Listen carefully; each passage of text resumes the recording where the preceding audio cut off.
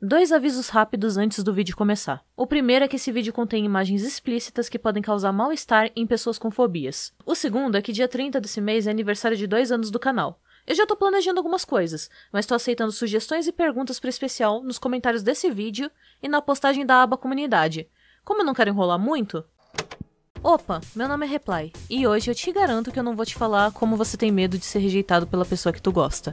Bem, como obviamente você pode ter notado pelo título, eu vou falar de fobias. Não só daquelas que todo mundo já ouviu falar, mas de algumas menos conhecidas e que eu achei minimamente interessantes. E, para aumentar esse desafio, eu decidi compilar o máximo possível delas em uma imagem. Claro, tem algumas que eu não vou conseguir incluir, porque elas basicamente se anulam, mas eu acho que vai ser bem divertido tentar. E lembrando, né, se você tem alguma fobia muito forte, tu não devia estar aqui. Ah, só esclarecendo, fobia é um tipo de transtorno de ansiedade, caracterizado pelo medo irracional de uma situação, atividade, lugar, objeto ou animal, independente de representar ou não perigo para a pessoa. Fobias geralmente são desencadeadas por traumas súbitos, que podem acontecer na infância ou na vida adulta. Surgem como uma forma de proteção contra uma situação traumática. Mas fobias não são necessariamente desencadeadas por traumas, e podem fazer parte da natureza instintiva do indivíduo. Uma fobia, para ser classificada e diagnosticada como tal, deve estar presente há mais de 6 meses, sendo variável se possuem tratamento ou não. Esse vídeo não tem qualquer intenção de diagnosticar qualquer tipo de fobia.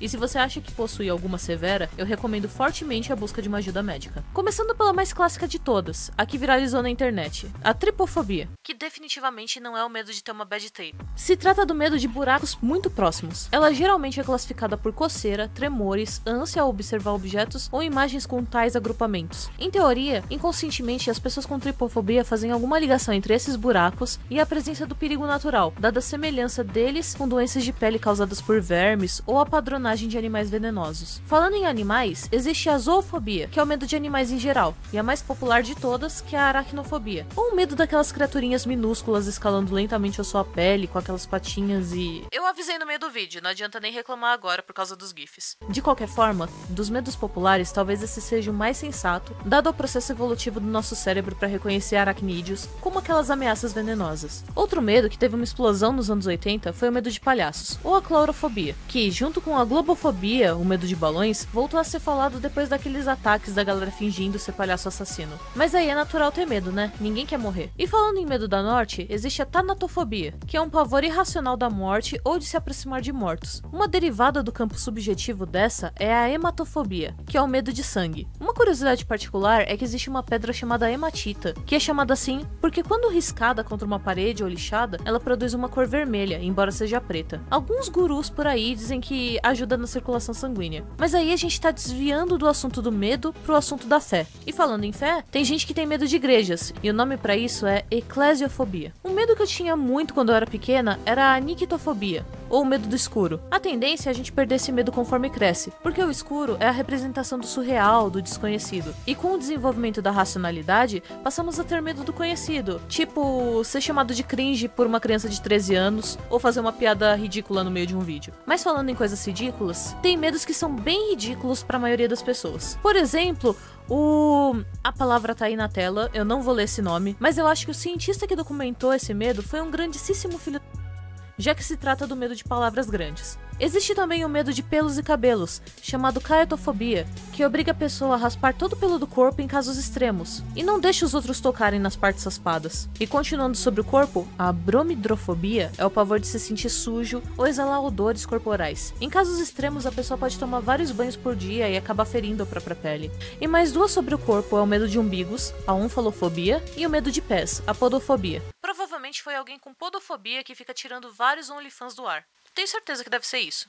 Agora vem a piada pros com baixa autoestima nos comentários. A eisopitrofobia, que é o medo de se olhar no espelho. Pronto.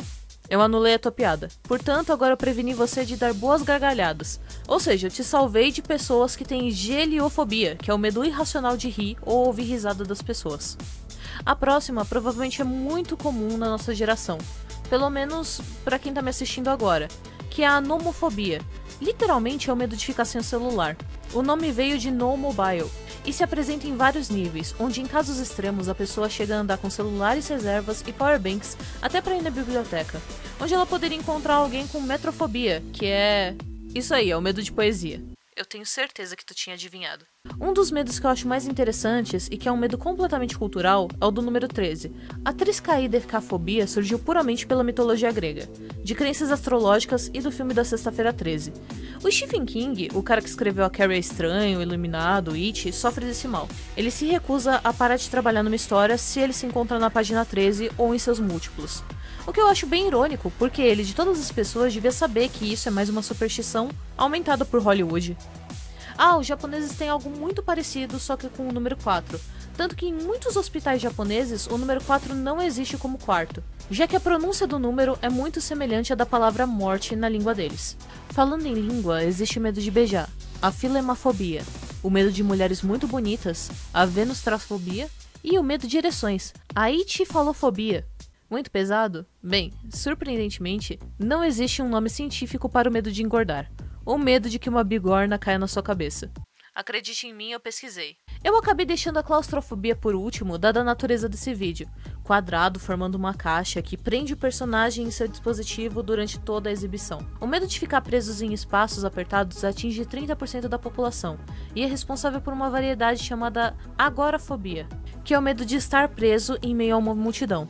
Esse sentimento de prisão pode surgir ao falar em público e é chamado de glossofobia. E na camada de fobias sociais tem uma fobia para pessoas que não gostam de ser tocadas, que é a afefobia. Infelizmente eu não consegui representar nesse vídeo a acrofobia, medo de lugares altos, e a talassofobia, medo de profundidades. E para fechar as fobias, temos a fobofobia, que é o medo de sentir medo de alguma coisa, onde a pessoa fica sobrecarregada com o medo de sentir medo.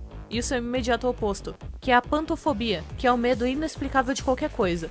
Pouquíssimos casos já foram registrados, pois pessoas que sofrem disso por conta de traumas acabam morrendo pelo estresse e ansiedade. E bem, eu sei que esse vídeo ficou meio confuso, meio diferente, era mais pra ser um vídeo sobre curiosidade das fobias mais estranhas que eu encontrei, porque eu queria ter a oportunidade de desenhá-las de algum jeito. E fica aí o desafio, né, de desenhar o seu maior medo. Quem sabe isso não te ajude a passar por ele ou melhorar de alguma forma. Bem, graças a esse canal, pelo menos eu não tenho mais o medo de não ser ouvida por alguém. Lembrando que se você gostou do vídeo, tem mais por aqui toda sexta-feira. E se quiser apoiar o canal de alguma forma, você pode ajudar financeiramente com os aplausos ou com Seja Membro. E se você não tem dinheiro que nem eu, tu pode ajudar com o carinho de mostrar algum vídeo que você gostou pra um amigo.